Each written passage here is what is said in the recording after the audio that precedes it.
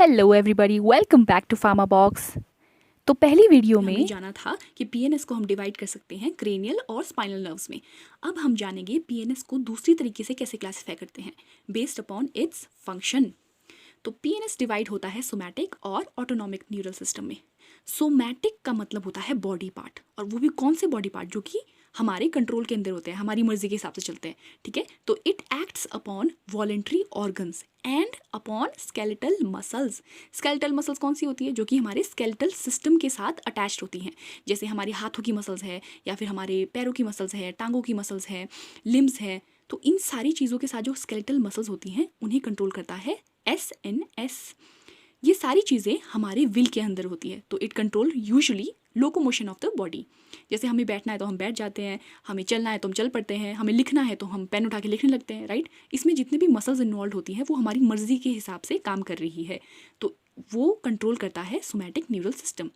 अब सारी चीज़ें तो हमारी मर्जी के हिसाब से नहीं होंगी बॉडी में, राइट। कुछ तो ऑटोमेटिकली चलती रहती है हमेशा, राइट। चाहे आप सो रहे हो, चाहे आप कोमा में क्यों ना हो, मतलब आप तो ना हो, पर जो भी पेशेंट कोमा में होते हैं उनकी बॉडी के अंदर भी तो कोई ना कोई एक्टिविटीज़ चलती रहती है। तो वो सारी जो ऑटोमेटिक एक्टिविटीज़ होती हैं, इनवॉलेंट्री एक्टिविटीज़ होती हैं, उन्हें कंट्रोल करता है ऑटोनॉमिक न्यूरल सिस्टम।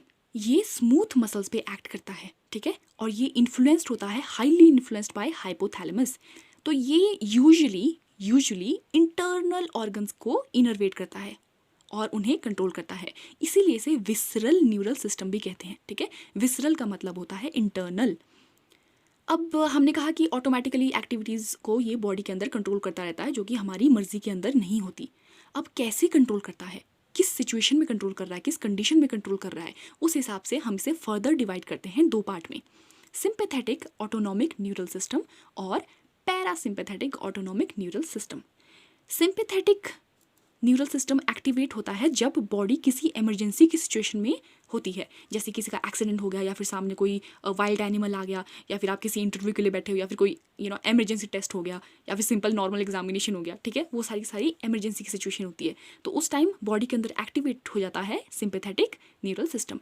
और जब बॉडी नॉर्मल कंडीशंस में होती है, राइट, आराम से मज़े में चिल कर रहे हैं, तो उस टाइम एक्टिवेटेड होता है पैरासिम्पैथेटिक न्यूरल सिस्टम, ताकि बॉडी के अंदर होम्योस्टैसिस को कांस्टेंट रखा जा सके, मेंटेन किया जा सके।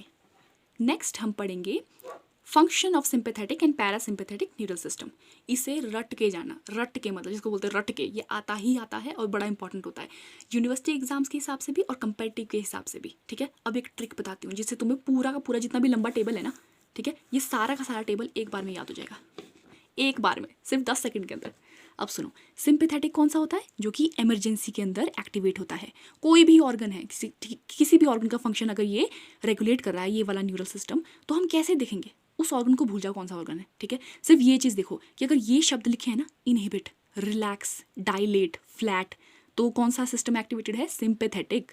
ठीक है, ये कोई भी ऑर्गन हो, या तो उसको इनहिबिट करेगा या फिर उसको रिलैक्स कर देगा। ठीक है, जैसे सलाइवरी ग्लैंड को उसने इनहिबिट कर दिया, ये अपना सिक्रीशन नहीं दे सकता। जैसे इमरजेंसी की सिचुएशन में क्या होता है, गला सूख जाता है ना, तो सलाइवा नहीं बन रहा, उस एक्शन को ये इनहिबिट कर देता है।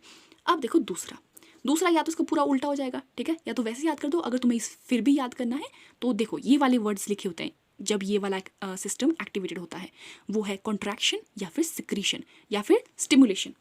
स्टिमुलेशन भी यूजली लिखा होता है, ठीक है, लिख लेते हैं यहाँ पे, स्टिम्यूलेट। ओके, तो ऐसे वर्ड्स जब लिखे होते हैं, ऑर्गन भूल जाओ कौन सा लिखा हुआ है, बस ये वर्ड्स देखो, अच्छा ये वाले वर्ड्स हैं, तो फिर पैरासिम्पैथेटिक न्यूरल सिस्टम एक्टिवेटेड होगा। अब ये जितना भी पूरा चार्ट है ना, लिखो organs, salivary gland, gastric gland, pancreas, intestinal, peristalsis की मोशन जो हो रही है, राइट, लिवर का फंक्शन जो है, गॉल ब्लैडर का जो कॉन्फिग्रेशन है, चाहे वो रिलैक्स है चाहे कंस्ट्रिक्ट है। रिलैक्स कब होगा? सिंपैथेटिक में। कंस्ट्रिक्ट कब होगा? पैरासिम्पैथेटिक में। याद हो गया? ठीक है, अब देखो ये रेस्पिरेटरी पैसेज में भी सेम वैसा है, स्लो डाउन या फास्ट। एक और चीज़ लिख दो, कोई भी चीज़ इनहिबिट हो रही है तो क्या हो रही है? स्लो हो रही है ना, तो आप यहाँ पर स्लो भी लिख सकते हो, ठीक है, स्लो आ गया और यहाँ पर फास्ट आ गया। स्टिमुलेट का मतलब क्या करना?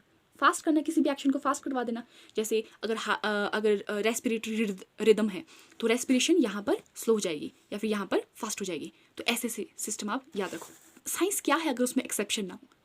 कोई भी कंपेटिटिव एग्जाम है वो आपको नॉर्मल चीज़ तो पूछता ही नहीं है, वो हमेशा पूछता है एक्सेप्शन वाली चीज़ें, ताकि आपका दिमाग घूम जाए। अब इसमें भी एक्सेप्शन है।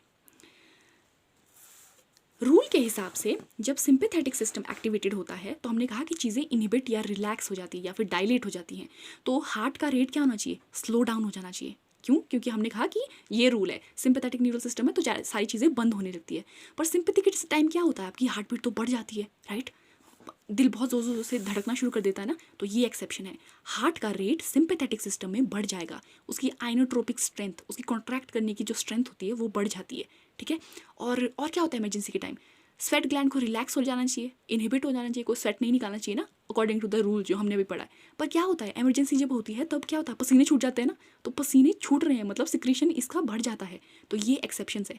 दो चीज़ें और हैं, जब आपको डर लगता है इमरजेंसी की सिचुएशन में तो क्या होता है, रोंगटे खड़े जाते हैं ना, मतलब छोटे छोटे हेयर पेपिला खड़े हो जाते हैं, इरेक्ट हो जाते हैं।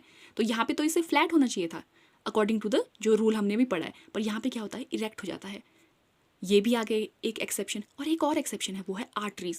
ये कोई छोटी मोटी आर्टरीज की बात नहीं हो रही, ये हो रही है बड़ी आर्टरीज की बात जो कि हार्ट के साथ इन्वॉल्व होती है, जैसे अयोटा है और जो पल्मोनरी आर्टरीज हैं उनकी बात हो रही है, जो बिल्कुल हार्ट के साथ जुड़ी हुई होती हैं। दूर वाली आर्टरीज की बात नहीं हो रही, वो भी कंस्ट्रिक्ट कर जाती हैं और उनका बीपी बढ़ जाता है, उनमें ब्लड प्रेशर ज़्यादा हो जाता है। तो इन एक्सेप्शन को पढ़ लेना, और ये पूरा पूरा जो ऊपर वाला है ये सारा का सारा आपको इस रूल से याद हो जाएगा। ऑलराइट, अब चलते हैं नेक्स्ट पार्ट में, जो कि है हमारा कॉम्पोजिशन ऑफ सिंपैथेटिक और पैरासिम्पैथेटिक न्यूरल सिस्टम।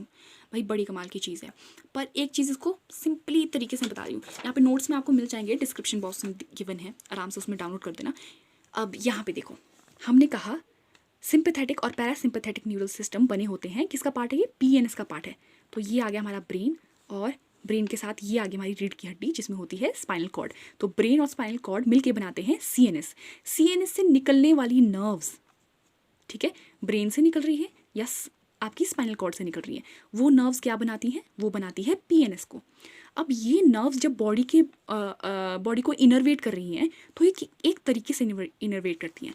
पहले तो सीएनएस से निकलेगी, ठीक है, ऐसे बाहर निकली, फिर किसी गैंग्लिया में जाती है, ठीक है। गैंग्लिया क्या होता है, गैंग्लिया होता है जो न्यूरॉन नहीं होते, ऐसे बना होता है ना न्यूरॉन, बुक में आपको यूजली ऐसे दिखा होगा, न्यूरॉन ऐसा होता है न्यूरॉन। तो मैं इसे ऐसे सफाइज कर रही हूँ, सिंप्लीफाई कर रहे हैं हम इसे, इस तरीके से देखो। तो न्यूरॉन की जो ये पार्ट है ना, इसे हम बोलते हैं सेल बॉडी, साइटॉन। जहाँ पर ढेर सारे ये साइटॉन इकट्ठे हो जाए ना, और ये एक्सॉन आगे की तरफ आएंगे, इनकी बात नहीं करें, एक्सॉन की बात हम नहीं कर रहे, हम सिर्फ बात कर रहे हैं सेल बॉडी की। इस पार्ट को हम कहते हैं गैंग्लिया, ठीक है, गैंग्लिया कहते हैं इसे, सिर्फ इनके कलेक्शन को, collection of cyton of neuron is called as ganglia. तो देखो यहाँ पे सीएनएस से निकली नर्व बाहर, उसने क्या, किस में एंटर हो गया, वो पीएनएस में। जैसे ही सीएनएस से बाहर निकली गई वो एंटर हो गई पीएनएस में। ओके, अब पीएनएस में वो एक तरीके से आती है, पहले नर्व आती है पीछे से, फिर किसी गैंग्लिया में आएगी, उस गैंग्लिया से वो आगे जाके उस ऑर्गन को इनर्वेट करेगी, चाहे वो कोई ऑर्गन हो चाहे वो कोई मसल हो, ठीक है, उसे इनर्वेट करेगी और बताएगी कि उसे कैसा फंक्शन करना है, उसे स्टिमुलेट करना है या फिर उसे रिलैक्स करना है, ठीक है। ये हमने देख लिया, पहले नर्व निकली, फिर किसी गैंग्लिया में गई, उस गैंग्लिया के बाद वो आगे जाके ऑर्गन में गई, समझ गए। ओके, तो अब देखो इसी बात को हमने यहाँ पर देखा है कि पैरासिम्पैथेटिक और सिंपैथेटिक न्यूरल सिस्टम कैसा बना होता है। रीढ़ की हड्डी से नर्व निकली, गैंग्लिया में गई, उसके बाद वो आगे जाके किसी ऑर्गन या मसल को इनर्वेट करेगी, ठीक है। तो देखो जो सिंपैथेटिक न्यूरल सिस्टम है उसे एक्ट करना है, स्टिमुलेट करवाना है या फिर उसे रिलैक्स करवाना है, क्या करवाना है, रिलैक्स करवाना है, राइट। तो रिलैक्स करवाता किस तरीके से हो, क्या सिग्नल सिक्रीट करता है, वो कौन सा केमिकल सिक्रीट करता है जिसकी वजह से वो काम होता है। सिंपैथेटिक का मतलब है एमरजेंसी, एमरजेंसी के टाइम बॉडी के अंदर रिलीज होगा एड्रीनलिन, से हम इसे एड्रीनर्जिक सिस्टम भी कहते हैं। और पैरासिम्पैथेटिक में क्या होता है, एसिटाइलकोलिन, ये रिलीज होता है, इसी वजह से हम इसे कोलिनर्जिक सिस्टम कहते हैं। सिंपैथेटिक सिस्टम में एक और स्पेशल चीज़ होती है, सिर्फ न्यूरल सिस्टम नहीं काम करता, एक और चीज़ काम करती है, वो है एक ऑर्गन, एंडोक्राइन ग्लैंड, ठीक है, और उस ग्लैंड का नाम है एड्रीनल मेड्यूला, ठीक है। अब देखो नाम कितने सिमिलर है, एड्रीनल से निकलने वाला एड्रीनलिन, और एड्रीनलिन न्यूरॉन से भी निकल रहा है, जो न्यूरॉन पार्ट बनाते हैं सिंपैथेटिक सिस्टम का, ठीक है। तो एड्रीनल मेड्यूला क्यों रिलेटेड है इसके साथ, क्योंकि एड्रीनल मेड्यूला भी सिक्रीट करता है एड्रीनलिन को। अपने इफेक्ट को बढ़ाने के लिए इमरजेंसी के टाइम तो आपको ढेर सारा एड्रेनलिन चाहिए, इसलिए सिस्टम बोलता है कि मैं सिर्फ न्यूरॉन से नहीं निकालूंगा, मैं जो इसका स्पेशल ग्लैंड है ना उससे भी निकलवाता हूँ, उससे एक मास डिस्चार्ज करवाऊंगा, ढेर सारा डिस्चार्ज एक साथ कराएंगे ताकि जो छोटे बिल्कुल थोड़े से टाइम में भी ढेर सारा फंक्शन हो सके। इमरजेंसी में तो आपको टाइम ही नहीं मिलता, राइट? तो टाइम नहीं है तो क्या होना चाहिए, आपका जो भी एक्शन है वो बहुत ज़्यादा होना चाहिए, उस एक्शन को बढ़ाने के लिए मास डिस्चार्ज हो जाता है एड्रेनलिन का, ठीक है? तो इसीलिए हम इस वाइड स्प्रेड इफेक्ट को अचीव करने के लिए एड्रीनल मेडुला के ग्लैंड को भी एक्टिवेट करवाते हैं, और इस सिस्टम को हम कहते हैं सिंपैथेटिक को एड्रीनल सिस्टम। जब भी हम जो स्टिमुलेशन होता है अगर वो प्राइमरीली एड्रीनल ग्लैंड का हुआ जो कि किडनी के ऊपर होता है, एड का मतलब है ऊपर, रीनल का मतलब है किडनी, तो जो एड्रीनल ग्लैंड है हमारा, ठीक है, अगर वो किडनी के ऊपर है, उसे स्टिमुलेट कर दिया आपने, तो फिर क्या रिलीज होता है, प्राइमरीली रिलीज होता है एड्रीनलिन, जो कि एक्ट करता है प्राइमरीली अपॉन योर हार्ट, आपके हार्ट के ऊपर एक्शन करेगा, कंट्रोल। जबकि अगर प्राइमरीली आपने सिर्फ एसएनएस को स्टिमुलेट किया, ठीक है, ये को में है ना, कोऑर्डिनेशन के हिसाब से काम कर रहे हैं, अगर प्राइमरीली एसएनएस स्टिमुलेट हुआ तो वो नॉर एड्रीनलिन को सिक्रीट करता है और वो एक्ट करती है ब्लड वेसल के ऊपर और उन्हें डायलेट करवा देती है, ठीक है।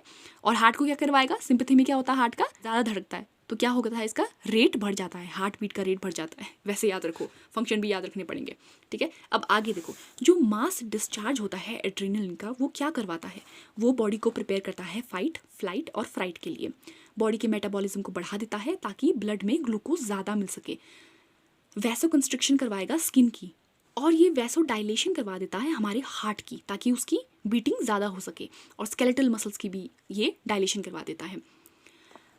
अब देखो, अब हम पढ़ेंगे थोरैको लंबर सिस्टम, पर ये पार्ट किसका, ये भी पार्ट है सिंपैथेटिक सिस्टम का ही।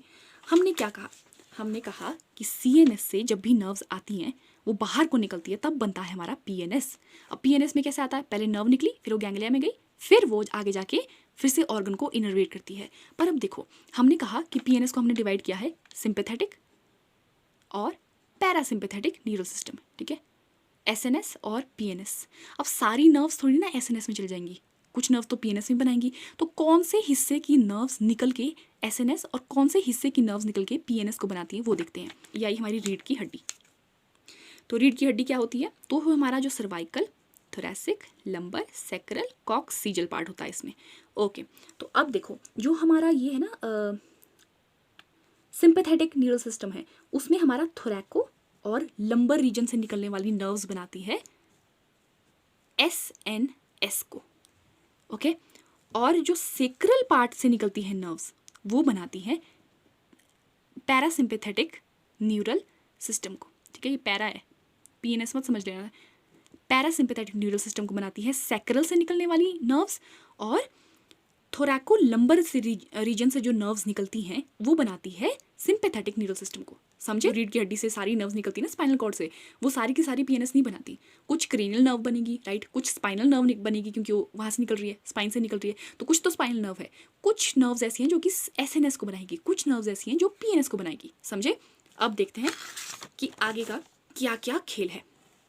ओके, तो हमने पढ़ा कि जो हमारा थोरैको लंबर सिस्टम है उनसे निकलने वाली नर्व्स बनाती है सिंपैथेटिक न्यूरल सिस्टम को। तो वो कौन कौन सी है, T1 to T12, 12 होता है ना थोरैसिक वर्टिब्रे, तो 12 नर्व्स निकलती है वहाँ से, और लंबर में 1, 2 और 3, 1 to 3 वो आती हैं सिंपैथेटिक नर्वस सिस्टम को बनाती हैं। इसमें 21 पेयर ऑफ गैंग्लिया होते हैं, और साथ ही साथ दूसरे गैंग्लिया भी होते हैं, फ्री गैंग्लिया, उन्हें हम कहते हैं कोलैटरल गैंग्लिया, ठीक है। ये एब्डोमिनल कैविटी के पास मिलेंगे और इनका नाम है कोलियक, सुपीरियर मेजेंट्रिक और इंफीरियर मेजेंट्रिक गैंग्लिया। अब देखो, जो हमने कहा था ना 21 पेयर की चेन है, उसका फॉर्मूला ये है, 3 होते हैं सर्वाइकल में, 12 होते हैं थोरैसिक में, 5 सैक्रल में और 1 कॉक्सिजल में गैंग्लिया पाया जाता है, जो कि पेयर्ड चेन की बात हो रही है। अब देखो, ये तो आ गया हमारा स्पाइनल कॉर्ड, इसके ऊपर का ब्रेन मैंने शो नहीं किया, ठीक है, ये समझ लो। तो ये स्पाइनल कॉर्ड है, हमने कहा स्पाइनल कॉर्ड की कौन सी नर्व्स निकलती हैं, जो कि थोरैसिक T1 से रिप्रेजेंट किया, T1 से लेकर T12 तक, ये तो आ गया थोरैको रीजन। अब आएगा लंबर रीजन भी, लंबर में हमने क्या कहा था, 1, 2 और 3, ये जो इन पार्ट से जो नर्व्स निकलती हैं वो बनाती है सिंपैथेटिक न्यूरल सिस्टम को। तो जब ये निकलती है, कोई भी नर्व निकलती है, तो पहले वो किसी गैंग्लिया में जाती है, सिंपैथेटिक की एक बड़ी खास बात है और बड़ी यूनिक बात है कि उसमें पहले ही एक चेन ऑफ गैंग्लिया मिल जाती है उसको, ठीक है, जो कि 21 पेयर ऑफ गैंग्लिया होते हैं उसमें, ये पेयर में होती है, ठीक है। यहाँ की तरफ दिख रहा है, एक इसके पीछे की तरफ होता है, डबल पेयर हो जाता है, ठीक। तो पहले ये इसे इनर्वेट करती है, ये इसके साथ ही लगा होता है, फिर यहाँ से निकल के कुछ नर्व्स तो बाहर चल जाती है, देखिए T1 से लेकर 4 तक, ये तो डायरेक्ट किसी ऑर्गन को इनर्वेट करती है और उसकी एक्टिविटीज़ को कंट्रोल करती है। कुछ होती हैं जो कि फ्री गैंग्लिया की तरफ जाती है फिर से, ठीक है। उस गैंग्लिया का नाम है, यहाँ पे आ गया कोलियक, जो कि T5 से लेकर T12 तक आती है कोलियक के लिए, और ये T10 से लेकर 11-12 वाली भी फिर से कोलियक की तरफ जाती है। लंबर की जो 1, 2 और 3 है वो एक दूसरे गैंग्लिया के पास जाती है, उसका नाम है इंफीरियर मेसेंटेरिक गैंग्लिया। एक गैंग्लिया कनेक्शन ज़रूरी नहीं कि किस पीछे वाली नर्व से हो, वो आगे किसी और गैंग्लिया से भी मिल सकता है, पर यूजली तुम एक ही चीज़ याद रखो, ये बहुत ज़्यादा कॉम्प्लिकेटेड हो जाता है इसमें, पर सिर्फ एक चीज़ याद रखो कि PNS से आपका नर्व निकली, आगे किसी गैंग्लिया में गई, वो गैंग्लिया कैसा भी हो सकता है, एक भी हो सकता है, 2 भी हो सकते हैं, यहाँ पे 3 भी हो सकते हैं, किसी चेन में भी हो सकता है गैंग्लिया, ठीक है। उसके बाद वहाँ से फिर से निकलेगा और ऑर्गन को इनर्वेट करेगा। सिंपैथेटिक न्यूरल सिस्टम में बहुत सारे गैंग्लियाज आते हैं, ठीक है। पहले तो पेयर चेन आ गई और उसके बाद ये 3 गैंग्लियाज आ गए जो कि इंटरकनेक्टेड होते हैं, और फिर वहाँ से फिर से नर्व निकलती है और वो आगे जाके जो भी उसके ऑर्गन और जो टारगेट होता है उसमें इनर्वेट करती है, उसके अंदर घुसती है और उसे कंट्रोल करती है उसके फंक्शंस को, ठीक है। अब देखो एक चीज़ बड़ी ऑब्जर्वेशन वाली है यहाँ पे, यहाँ से यहाँ तक का जो नर्व का डिस्टेंस है वो कितना कैसा है, वो छोटा सा है ना, राइट। तो प्री गैंग्लियोनिक नर्व जो है, इसे हम कहते हैं गैंग्लिया से पहले वाली pre ganglionic nerve sympathetic system में शॉर्ट होती है, और जो पोस्ट गैंग्लियोनिक नर्व्स होती है ना वो लॉन्ग होती है, यहाँ से लेकर यहाँ तक। जबकि अगर आप पैरासिम्पैथेटिक की बात करोगे ना, यहाँ पे देखो तो प्री वाली कितनी लंबी है, लॉन्ग है, और पोस्ट वाली बड़ी शॉर्ट होती है, बिल्कुल उस ऑर्गन के थोड़ी सी दूरी में मिलेगा आपको गैंग्लिया, राइट। तो अब बात करते हैं हम पैरासिम्पैथेटिक न्यूरल सिस्टम की। ये सिक्रीट करता है केमिकल एसिटाइलकोलिन और उसी की वजह से अपना सिग्नल आगे को भेजता है, इनर्वेट करेगा विसरल ऑर्गन को। और ये कौन से पार्ट से निकलती है इसकी नर्व्स, इसकी नर्व निकलती है क्रेनियोसैक्रल सिस्टम से। इसकी भी एक यूनिक चीज़ है, सिंपैथेटिक न्यूरल सिस्टम की यूनिक चीज़ है कि उसमें चेन ऑफ गैंग्लिया आती हैं। इसका यूनिक चीज़ है कि इसमें जो नर्व्स निकलती है ना वो क्रेनियम से भी आती है, क्रेनियल नर्व भी इन्वॉल्व होती हैं, इसका सिस्टम बनाती है वो, ठीक है। सैक्रल आती है जो कि स्पाइनल नर्व है, क्रेनियो आती है क्रेनियल नर्व। कौन कौन सी, 3, 7, 9, 10। कैसे रिप्रेजेंट करेंगे, रोमन नंबर में हमेशा। ये तो मैंने सिर्फ याद करवाने के लिए बताया तुम्हें, पिछली वीडियो में बता दिया, जब भी लिखना है रोमन नंबर से लिखो उसे। तो 3, 7, 9, 10 कौन सी होती है, ऑक्यूलोमोटर जो कि आपकी आंखों की मूवमेंट को जज करेंगी। फेशियल जो कि फेशियल एक्सप्रेशन और साथ ही साथ सलाइवा ग्लैंड और टेस्ट बड को भी कंट्रोल करती हैं। ग्लॉसोफेरेंजियल, ग्लॉसो मतलब टंग और फेरिंग्स को कंट्रोल करती हैं। वेगस मतलब वैगाबॉन्ड, घूमने वाला, राइट। तो जो सबसे लंबी क्रेनियल नर्व होती है वो भी पैरासिम्पैथेटिक न्यूरल सिस्टम को बनाती है। और सैक्रल रीजन से कौन सी निकल रही है नर्व्स, 2, 3 और 4, ये वाली नर्व्स मिलके बनाती हैं पैरासिम्पैथेटिक न्यूरल सिस्टम। अब देखो हमने कहा था कि इसके प्री जो फाइबर हैं वो लॉन्ग है और पोस्ट वाले फाइबर शॉर्ट है, राइट। ओके, अब देखो हमने कहा कि इसके जो अब देखते हैं इसकी नर्व्स निकलती कहाँ से, क्रेनियल नर्व ये वाली, थ्रू क्रेनियल नर्व कौन सी, 3, 7, 9, 10, ये तो निकली क्रेनियम से। कौन सा, क्रेनियम का मतलब है ब्रेन, ओके। तो थर्ड वाली निकलती है मिड ब्रेन से, और मेड्यूला ऑब्लोंगोटा से निकलती है 7, 9 और 10, और आगे जाके ये गैंग्लियाज में इनर्वेट करती है और फिर गैंग्लिया से निकल के फिर से ऑर्गन में जाती है। उन गैंग्लिया के नाम यहाँ पे बताए मैंने, ठीक है। Ciliary ganglia, sphenopalatine ganglia, submaxillary ganglia और ऑटिक गैंग्लिया। ये इनर्वेट करती हैं respectively eyes, lacrimal gland, salivary glands और पैरोटिड ग्लैंड को, ठीक है। अब देखो इसमें क्या है, स्लाइवरी ग्लैंड कौन कौन से, ये वाले आता है सब मैक्सिलरी और सब लिंगुअल के लिए, ठीक है, 2 स्लाइवरी ग्लैंड। और जो आपके कान के पास होता है ना पैरोटिड ग्लैंड, वो भी एक स्लाइवरी ग्लैंड है, उसे इनर्वेट करता है ऑटिक गैंग्लिया से निकलने वाला न्यूरॉन। 10th वाली इन ऑर्गन्स को इनर्वेट करती हैं। अब देखो सैक्रल से कौन से निकलती है, 1 से कोई निकल ही नहीं रही, हमने कहा था ना कौन से निकलती है, 2, 3 और 4, सिर्फ यही वाली सैक्रल से निकलती है। सैक्रल में कितने पार्ट होते हैं, 5 पार्ट होते हैं ना, पर सारे ही पार्ट निकले ज़रूरी नहीं है, हर पार्ट से नर्व निकलना ज़रूरी नहीं होता है। इसकी नर्व्स निकालती हैं 2nd, 3rd और 4th पार्ट को और बनाती हैं PNS को। ये फर्दर अपने रिस्पेक्टिव ऑर्गन्स को इनर्वेट करते हैं, उनकी एक्टिविटी को कंट्रोल करते हैं। अब यहाँ देखो, यहाँ की जो प्री गैंग्लियोनिक फाइबर है वो कितनी लंबी है, राइट। तो ये लॉन्ग है और ये शॉर्ट है। अब इन्हें हमें याद कैसे करना है, कौन सी शॉर्ट है कौन सी लॉन्ग है, किसका फंक्शन क्या है, तो बड़ा हॉच पॉच सा हो जाता, समझ नहीं आता।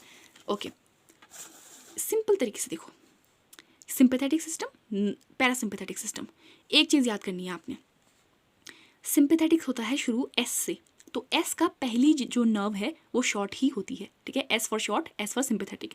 अब देखो ये शॉर्ट है तो अगली वाली क्या होगी, ऑटोमेटिकली लॉन्ग हो जाएगी, ठीक है। और इसका पूरा उल्टा क्या हो जाएगा, पैरासिम्पैथेटिक सिस्टम, राइट। सिर्फ एक चीज़ याद रखो, सिंपैथेटिक का पहली वाली जो प्री गैंग्लियोनिक नर्व है वो शॉर्ट होती है, दूसरी वाली उसका उल्टा, उसके नीचे लिखो पैरासिम्पैथेटिक और इसको उसका ऑपोजिट बना दो, इसका लॉन्ग का शॉर्ट हो जाएगा, इसका शॉर्ट का लॉन्ग हो जाएगा। याद हो गया, ठीक है। सारी चीज़ें याद नहीं करनी है, सिर्फ एक चीज़ याद करनी है, उसकी जो बाकी चीज़ें हैं वो ऑटोमेटिकली उसकी ऑपोजिट होती हैं। अब एक और इम्पॉर्टेंट चीज़ है यहाँ पे देखने को, ये तो हमने देख लिया ना, ये थोरैकोलम्बर रीजन से आउटफ्लो होता है नर्व्स का सिंपैथेटिक में, और पैरासिम्पैथेटिक में आती है क्रेनियम और सैक्रल रीजन से। पर यहाँ देखो, सिंपैथेटिक में हमने पढ़ा था कि एड्रीनल रिलीज होता है, राइट, एड्रीनलिन रिलीज होता है, पर यहाँ पे तो एसिटाइलकोलिन भी आ गया। ये क्यों आया, ये इसलिए आया क्योंकि जो गैंग्लियन के बीच की जो बात होती है, ये देखो, जो भी हमारे पास न्यूरॉन है, एक न्यूरॉन दूसरे न्यूरॉन से जब एक्ट करता है, सिग्नल भेजता है, तो मोस्टली एसिटाइलकोलिन रिलीज होता है।